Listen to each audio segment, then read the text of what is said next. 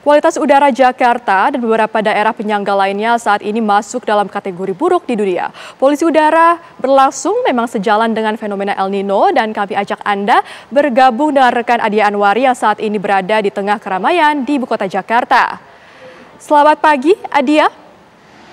Bagaimana kondisi kualitas udara di sana tempat Anda mengabarkan saat ini?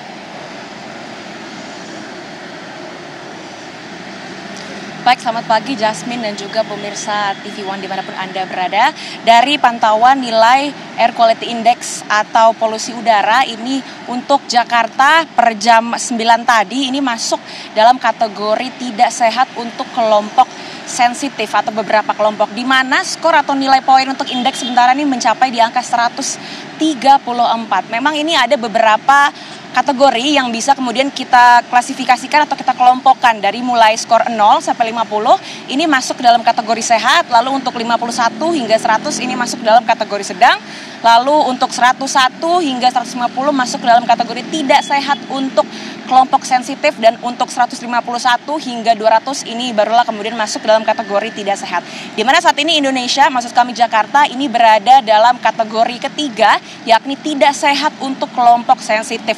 Siapa saja sebenarnya kelompok sensitif? Ini merupakan mereka memang yang memiliki gangguan pernafasan atau gangguan kesehatan seperti gangguan paru-paru ataupun jantung lainnya. Nah, memang menurut pernyataan dari Presiden Republik Indonesia mengenai hal ini, memang Jakarta akhir-akhir ini masuk ke dalam kategori atau kualitas udara terburuk di dunia. Ini dari beberapa hari ke belakang ini, beberapa kali atau sering ini Jakarta menduduki posisi atau peringkat pertama. Dan di hari ini terakhir, ini ranking berada lebih di bawah, yakni di ranking 7 untuk kualitas udara terburuk sedunia. Dan menanggapi hal ini, memang Presiden Republik Indonesia Joko Widodo ini kemudian sudah menawarkan 3 solusi atau 3 kebijakan dari mulai jangka pendek, jangka menengah, dan juga jangka panjang. Untuk beberapa strategi atau kebijakan dari jangka pendek, salah satunya adalah untuk menetapkan WFH ataupun work from home bisa menjadi opsi hybrid seperti ketika pada masa pandemi COVID-19 lalu. Selain itu,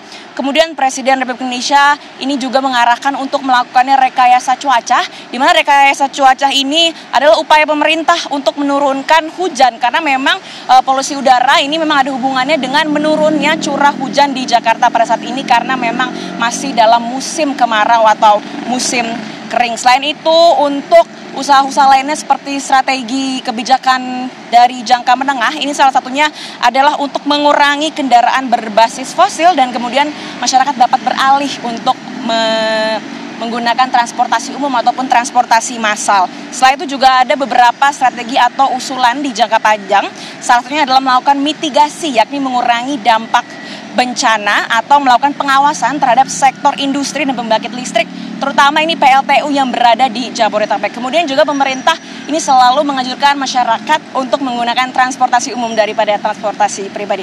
Untuk sementara demikian, Jasmine, kembali ke Anda di studio. Baik, terima kasih Adia Anwari mengabarkan langsung dari Jakarta.